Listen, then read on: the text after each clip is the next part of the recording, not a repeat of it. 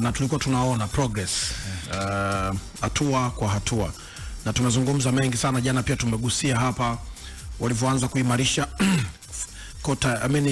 first half, second half, zile pattern nne zile za 15 15 15 15 wanazicheza kwa umahiri, lakini ili uweze kutafsiri kwa mfano leo hii Sizia tukawa na mgeni hapa ndani anayezungumza lugha ya Kifaransa, itatupaswa tuwe na mkalimani ambaye anafahamu utafsiri wa lugha hiyo.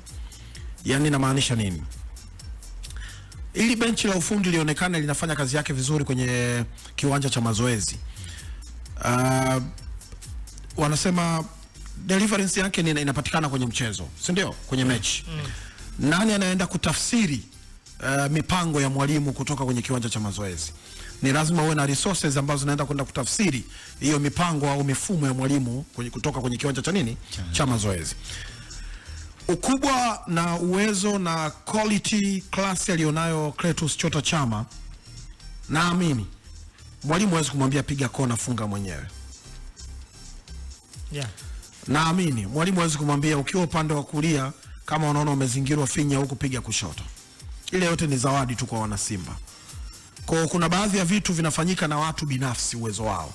Mfano goli alitaka kufunga Libase Gay, alikimbia kule kwenye angle impossible, akapiga kagonga mwamba ikarudi, au lile ambao alipiga hapa Mgunda amelongelea kocha Julio kupiga nje ya box ule mzigo ukashuka. Kuna mwingine tena aliupiga kwa ghafla hivi akiwa amesimama tu akapiga kipa akaicheza ikawa kona. Hizo zote hamna mifumo ya mwalimu inafundisha hayo. Hizo ni individual brilliant za wachezaji wawili ambao wanazitoa. Na ukishakuwa na design ya watu wa design hiyo, safu ya ulinzi ya Simba imeendelea kuimarika. Bila Rushain De Rock, Simba ameweza kupata clean sheet. Tumeona jinsi ambavyo tulikuwa tuna hofu na yule beki Ivory Coast at Ismail Toure. Na sasa ameweza kuimarisha eneo la ulinzi na kutoa vitu zaidi, kwa sababu anapokuwepo Rushain, jamaa huwa anacheza kama namba 4. Sahihi. Lakini jana amecheza kama namba 5. Yeye ndio mlinzi madhubuti wa kuilinda safu ya ulinzi ya nini? Ya Simba.